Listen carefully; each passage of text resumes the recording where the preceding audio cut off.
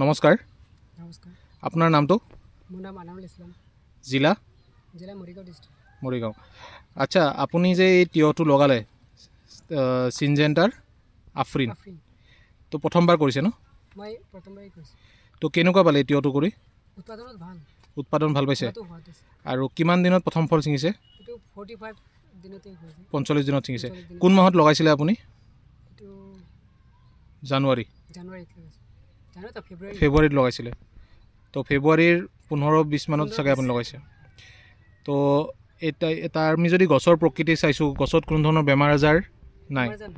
আৰু ফলৰ যিটো ৰং বা ফলৰ যিটো চাইজ, আপুনি যেতিয়া বজাৰত বিক্ৰী কৰিব লৈ গৈছে, তো বেপাৰীয়ে পচন্দ কৰিছে নাই? নিশ্চয় পচন্দ কৰিছে।